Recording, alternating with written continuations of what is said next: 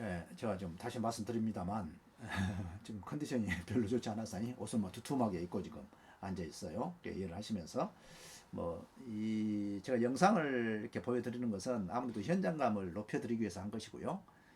꼭 뭐 얼굴 안 봐도 여러분들 괜찮습니다. 자, 고전주의. 이건 뭐 제가 워낙에 강조를 합니다. 이 고전주의와 실정주의를 잡지 않으면 진정한 의미에 뭐가 있다? 아, 이 범죄학을 공부할 수가 없다. 라고 하는 것이죠. 고전주의와 왜 이래? 고전주의와 왜 이러죠?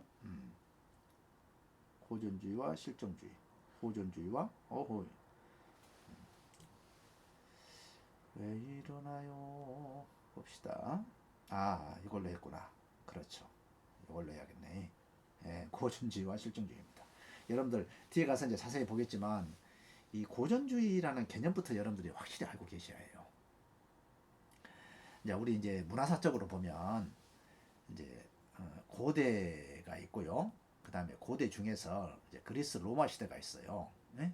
로마 시대. 그 다음에 중세 시대. 그 다음에 이제 르네상스라고 합니다. 르네상스. 이렇게. 이제 여기를 이제 근대의 시작이라고 보고 있죠. 그런데 이 고대는 뭐 워낙에 이제 원시적인 상황이니까 이제 큰 이제 뭐 의미를 두지 않고 있어요. 그리스 로마 시대에는 인간의 어떤 문화가 아주 활짝 폈던 이런 시대로 우리는 보고 있습니다. 그래서 뭐 고딕 양식 있죠. 여러분들 고딕 양식으로 딱딱 뭐 이렇게 글자도 뭐 반듯반듯하고 기둥도 뭐 각져 있고 뭐 이런 거 있잖아요. 그러한 양식들, 그러한 문화들, 또 이때 가장 또 정신사적으로는 인간에 대한 너 자신을 알라 뭐 소크라테스니 뭐 아리스토텔레스니 뭐 철학이 매우 크게 발달한 이런 시대를 배경으로 해서 발달한 어떤 그런 시대를 우리는 그리스 로마 시대다 이렇게 얘기하고 있단 말이죠. 그런데 이제 신의 세계가 이제 다가옵니다. 이제 그 성경의 시대죠. 약 2000년 동안 천년 이상을 중세 시대라고 하는데 이때를 우리는 이제 문화사적으로는 암흑 시대라고 표현하죠. 우리 인간이 사라져버린 시대라고 얘기합니다. 우리 인간이 사라졌다는 얘기는 우리 인간은 자유의지적인 존재가 아니다. 하나님의 뜻에 의해서 만들어졌고 창조되었고 그의 뜻대로 움직여지는 것이다. 피조물이다. 라고 하는데 그래서 이제 모든 사상과 철학이 신앙, 종교로 이렇게 흡수되는 그러한 시대를 우리는 이제 중세 암흑 시대라고 얘기합니다. 그러다가 이제 다시금 우리 인간을 다시 들여다보자라고 하는 것이 뭐냐면 르네상스거든요. 이 르네상스가 다시 말해서 그리스 로마 시대로 다시 돌아가자는 얘기예요. 근데 이때에 이 로마 시대가 뭐라고 그랬습니까? 그리스 로마 시대에 우리 인간에 대한 철학이 매우 크게 발달했던 시대란 말이죠. 그리고 양식으로 얘기하면 고딕 양식이 고딕 양식. 이제 그래서 이제 이 르네상스 시대를 이제 그 배경으로 해서 발달한 것이 뭐냐면 이 고전주의라고 얘기합니다. 고전주의. 사람에게 이제 다시 초점이 맞춰지기 시작한 거예요. 다시 말해서. 그러면 여기서 이제 사람을 봅시다. 정상적인 일반인을 얘기한다. 우리 인간은 정상적인 사람이다라는 생각을 했다는 거예요. 이 전에는 뭐예요? 피조물로서 그냥 하나님의 또는 악마의 사탄에 의해서 조종되는 인간으로 이렇게 이해가 됐다면 르네상스 이 시대에는 르네상스를 배경으로 한 이 고전주의 시대에는 범죄인은 어떤 사람이다? 그냥 보통 사람이다. 그런데 그 보통 사람인데 어떤 보통 사람이냐? 자유의사를 갖고 있는 사람이다. 이렇게 자유의지를 갖고 있다는 거예요. 범죄를 누가 했다? 그 자유의지로 했지 뭐 사탄이가 시키고 마귀가 시키지 않았다는 얘기야. 그런 의미입니다. 자, 그래서 그 한 사람이 본인의 자유의사로 했기 때문에 뭘 한다? 책임을 묻는데 그 양심의 도의적인 책임을 물어서 처벌을 한다는 것입니다. 처벌을. 그런데 이 처벌의 목적이 있는데 그 목적은 뭐냐? 유하다. 이게 유하는 겁을 주는 거예요. 그래서 자유의지로 선택의 결과이기 때문에 그 범죄를 한 만큼 처벌을 명확히 해줘야 한다. 그래서 정기형주의를 얘기를 합니다. 이제 뒤에 가서 좀 더 자세히 볼 것이니까요. 여기서 다 이해가 안 되더라도 저거 뭐 뭔 소리야 이제 이러지 마시고. 자, 여기 보시다시피 모든 사람은 똑같다는데 방점을 두고 있어요. 고전주의는. 그래서 모든 사람은 똑같은데 각자가 자유의지를 가지고 본인이 선택한 결과로 범죄를 한 것이기 때문에 처벌해야 하고, 그 처벌은 어떤 형식으로 이루어져야 한다? 정기형, 엄격형이라고 그러거든요. 엄중하게 이루어져야 한다. 그래서 다른 사람들이, 일반 사람들이, 이런 용어들 잘 보셔야 해. 일반 사람들이 범죄하지 못하도록 해야 한다. 그 목적을 가지고 형벌을 집행한다. 이것이 뭐예요? 고전주의적 시각입니다. 이제 이거하고 이제 비교가 돼야겠죠. 비교하는 것이 뭐냐면 실증주의입니다. 실증주의는 비정상적인 특별한 사람이다. 범죄한 사람은. 그래서 이 사람들은 범죄할 수밖에 없는 존재야. 라고 하는 것이 이제 결정론이라고 얘기합니다. 결정되어 있다는 거야. 범죄할 수밖에 없이. 그래서 이것을 우리는 도의적 책임이 아니라 사회적 책임이라고 얘기합니다. 자, 이 사회적 책임이라는 말을 잘 이해를 하셔야 해. 이 사람이 범죄를 하는데 처벌을 해야 하잖아요. 자, 좀 부족하다고 해서 어쩔 수 없이 범죄를 했다고 해서 그 범죄로부터 완전히 자유로울 수는 없잖아요. 그래서 처벌을 하기는 해야 하는데 그 책임을 물어야 해. 그 책임을 묻는데 어떤 방식으로 물을 것이냐. 도의적 책임도 아니라고. 응? 도의적 책임은 아니라고 하니까 어떻게 할까? 해서 나온 것이 이제 책임론이 사회적 책임론입니다. 이 말은 너 범죄했어. 그런데 내가 너를 치료를 해야겠어. 치료. 여기 치료란 개념 나오죠. 치료를 해줘야겠어. 처벌이 아니야 이건. 치료를 해줘야겠는데 책임을 어떻게 하는지 물어야겠어. 그래서 너는 사회에 위험이 되기 때문에 그에 따른 처벌을 해야겠어. 치료를 해야겠어. 라고 하는 것이 특별 예방적 관점에서 하는 처벌입니다. 그래서 치료와 개선이란 말이 여기서 나와요. 자, 고전주의는 여러분들이 항상 이제 두 가지 관점에서 보셔야 해. 고전주의는 모든 사람이 똑같다. 범죄인이나 아니나 똑같다. 그런데 범죄를 한 사람은 정상적인 놈이 자유의지로 했기 때문에 그 사람의 도의적 책임을 물어서 처벌을 하는 것이고, 실증주의에 있어서 이 범죄인은 아니야. 좀 부족한 사람이 결정론적으로 할 수밖에 없는 결정론적인 취약성을 갖고 있는 사람이 범죄를 했어. 그러니까 그 사람은 사회적 책임을 물어서, 사회에 위험이 되는 책임을 물어서 치료하고 개선을 시켜줘야 해. 그래서 치료와 개선의 시간은 어때요? 딱 정해져 있나요? 여러분들 병원에 가면 뭐 치료가 끝났습니다 하고 한 5일 동안만 있으면 치료 끝납니다 하면 딱 끝납니까? 아니잖아요. 이 경과를 보잖아. 그래서 경과를 보고 일정한, 어떤 사람은 빨리 나가기도 하고 어떤 사람은 늦게 나가기도 한단 말이죠. 그래서 부정기형을 중심으로 운영을 합니다. 이제 이렇게 부정기형이 하는 이유가 있어. 그것이 뭐예요? 비정상적이고 치료해주고 개선시켜주고 교화시켜줘야 할 사람이다 이 말이지. 그래서 이렇게, 이것은 무슨 예방이라고 하냐면 특별 예방이라고 합니다. 특별하게, 스페셜하게 그 사람에게 초점을 맞췄다는 얘기예요. 그래서 이것을 형법학적으로는 심파라고, 요 위에 것을 구파라고 얘기합니다. 자, 뒤에 가서 다시 볼 것이니까 여러분들이 너무 막 이렇게 뭐 이렇게 어려워 이러지 마시고, 저는 이제 굉장히 쉽게 얘기하고 있지만 뒤에 가면 더 알아먹기 쉽게요. 다시 한번 말씀드릴게요. 자, 고전주의는 우선 여러분들 이제 우리 정치 상황으로 보면 이것은 이제 뭐냐면 이제 보수주의다 이렇게 보시고요. 이렇게 이해를 하고 계셔야 해요. 보수주의다. 실증주의는 우리는 이제 진보주의다 이렇게 이해를 하세요.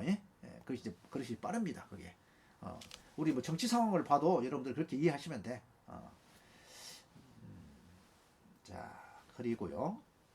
그러면 이제 고전주의가 하고 실증주의를 우선 이제 간단하게 구분을 했습니다. 그런데 범죄의 원인이 고전주의 입장에서는 그냥 누구나 할 수 있는 거야 라는 입장이라면, 실증주의는 특별한 사람이 범죄를 하는 거야 라는 얘기라고 그랬죠. 자, 근데 이 실증주의는 지금 우리 사회는 뭐예요?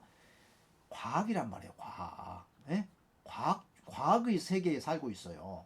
이 과학이라는 것은 실제로 검증이 되지 않으면 과학으로 인정을 하지 못합니다. 인정을 받지 못해요. 자, 다시 말해서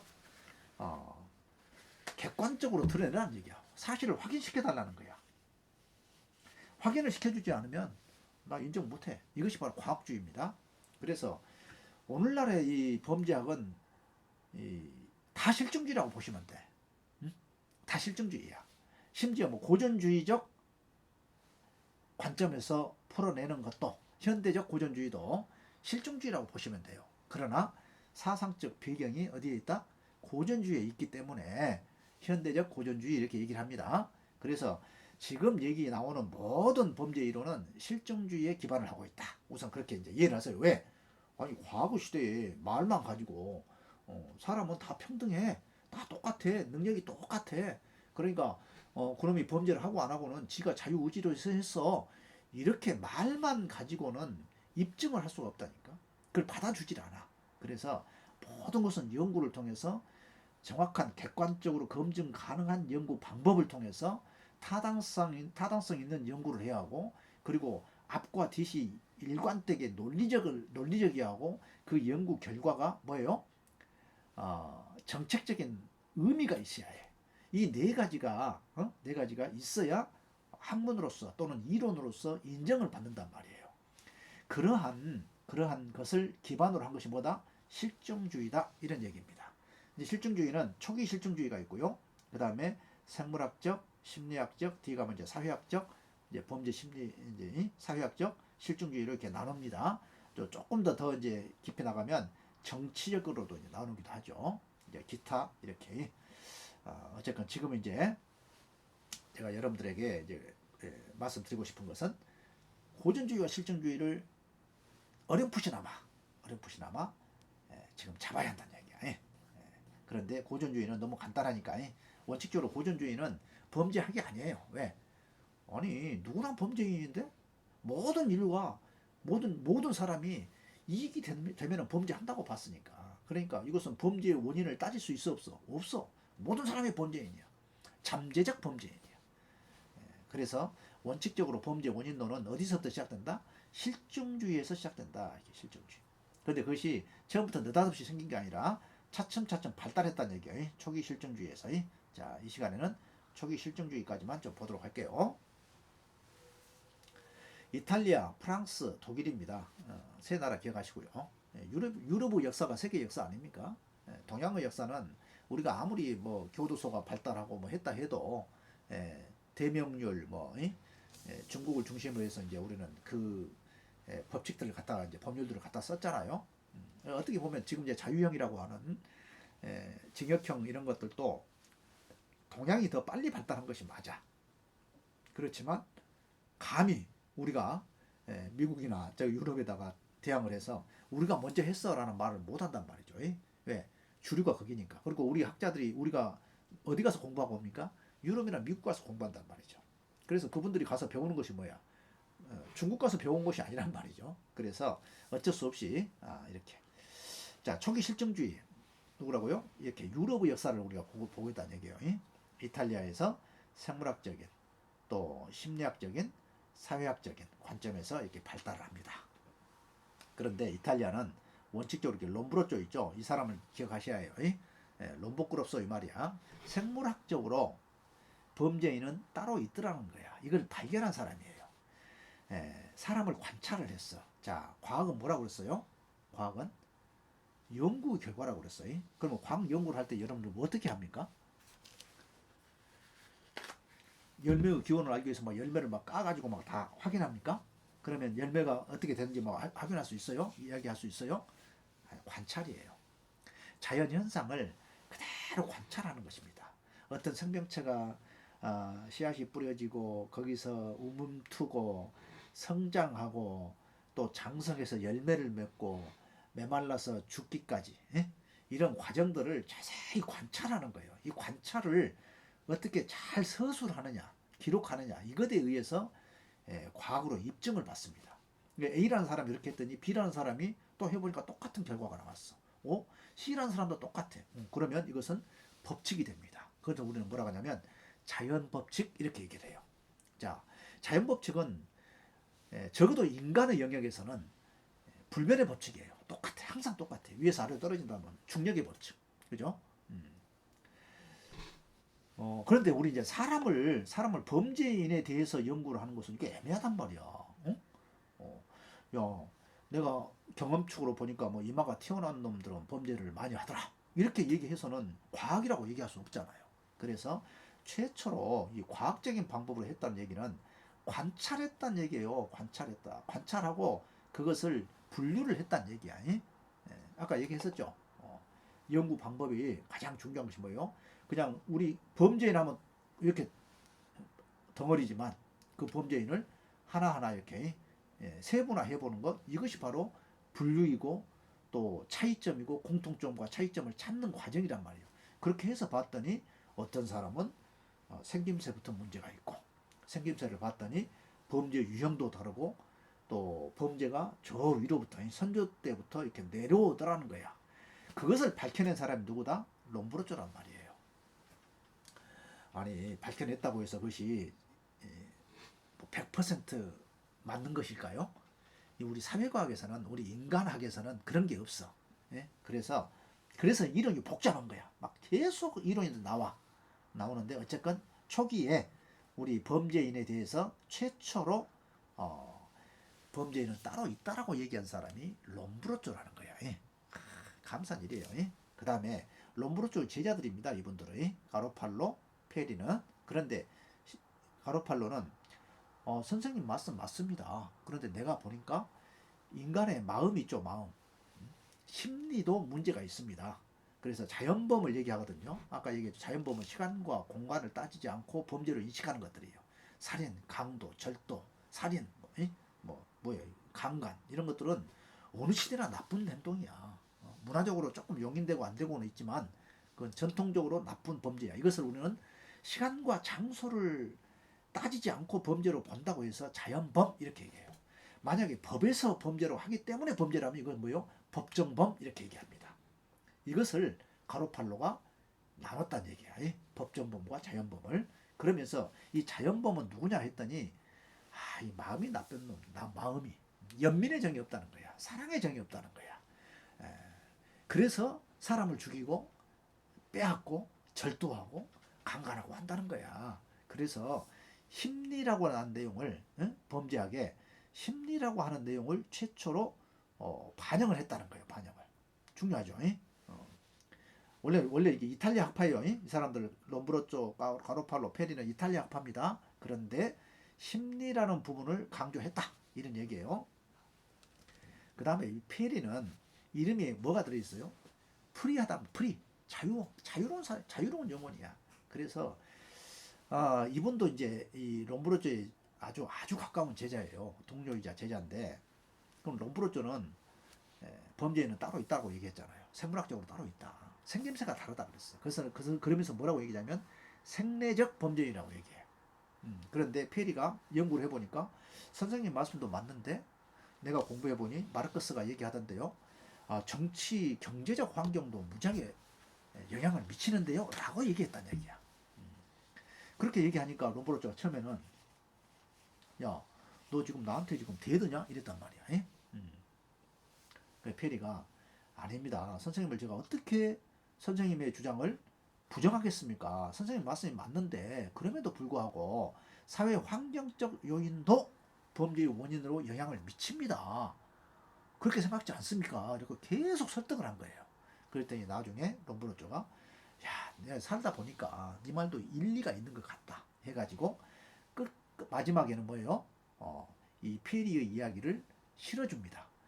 생리적 범죄인도 있지만 환경의 영향을 받는 경우도 있더라 라고 이제 정리를 하죠. 대단하신 분이 아니 이런 분이 있어야 해. 뭐 잘못했으면 잘못했다고 인정을 해야지. 자, 그 다음에 나온 것이 이제 프랑스입니다. 프랑스는 어떤 도시예요? 여러분들 생각하면 파리가 생각나요. 파리는 유행어 도시입니다. 유행어 도시야. 유행이란 뭐야? 남의 것을 많이 따른다는 얘기죠. 모방한다는 얘기야. 그래서 사회 환경적 요인에 대한 범죄 원인론을 주로 얘기를 합니다. 그래서 이름도 다 그래. 뒤따라 캐게야. 뒤따라 캐게. 디르갱, 따르뜨, 라카사뇨, 깨뜰레, 게리 이런 사람들이 프랑스에서 사회 환경적 범죄 원인론을 이렇게 연구를 합니다. 그게 가장 뭐였겠어? 가장 중요한 것이, 가장 많이 사용했던 것이 바로 여기서 통계를 사용하기 시작했다는 거야. 예. 뒤에 가서 자세히 볼 거예요. 자, 그 다음에 이제 독일로 옵니다. 이 독일은요, 철학의 나라입니다. 그래서 이 법률도 철학적으로 매우 발달했어요. 그래서 대륙법계 하면 어디를 얘기하냐면 독일의 법을 얘기합니다. 그래서 우리 선배들이 어디 가서 법학을 공부했냐면 대부분이 옛날에 일본에서 하다가, 또 일본은 또 이렇게 뭔가 막 이렇게 기분이 나쁘잖아요. 그래서 다 독일 가서 공부를 합니다. 독일이란 나라가 그러한 철학이 발달하고 철학을 바탕으로 이 법학이 이렇게 발달한단 말이죠. 그래서 이 독일 하면 뭘 생각하면 된다? 형법학을 생각하시면 돼. 그 사람 이름 중에 리스트를 기억하셔야 합니다. 오늘 기억하셔야 해. 제가 이분이 얼마나 유명하신 분이냐면 스타야, 스타. 리스타로 기억하셔. 자, 이분은요, 지금 봐요. 롬브로쪼 있죠. 이탈리아 학파 있죠. 프랑스 학파 있죠. 여기서 심리적 범죄 원인론, 사회적 범죄 원인론을 이분은 뭐라고 하냐면 범죄학이라고 이렇게 얘기를 해. 그동안의 연구 성과를 받아들인 거예요. 여기다가 여기는 독일은 뭐가 발달했다고? 형법학이 발달했다니까. 이 두 가지를 합해가지고 전형법학이라는 학문을 이론을 전개를 합니다. 누가? 리스트가. 그래서 이것이 이제 오늘날로 얘기하면 형법이, 자 여기 봐, 고전주의에서 구파라고 했죠. 구파의 형법이 이때 만들어졌다면 리스트에 의해서 심파 형법이 만들어져요. 심파 형법이. 자, 구파는 뭐냐면 죄와 벌이 정확히 정해져 있어요. 정확히 정해져 있어. 자, 살인을 했다 하면 사형을 시켜라라고 딱 정해져 있다니까. 뭐 나머지 뭐 따지고 말 것도 할 거 없어. 그런데 여기는 뭐예요? 자, 이 사람이 범죄를 누가 했어? 지가 하고자 했어요? 아니야. 심리적으로, 사회적으로 어떤 영향을 받아서 범죄를 했다는 거야. 그러니까 그 사람한테 온통 독박을 씌울 수가 없다는 얘기야. 어? 그 사람을 이 사형을 했다고, 살인을 했다고 해서 곧바로 사형을 시키기는 애매하단 말이야. 그래서 다양한 형태의 처벌을 만들어 줍니다. 자, 사형도 있을 수가 있겠죠. 그 다음에 무기징역도 만들고요. 또 유기징역도 만들고 해서 하나의 결과는 같지만, 살인이라고 하는 결과는 같지만 여러 개의 형벌을 만들어 놓고 이것을 선택할 수 있는 기반을 어디다 했다?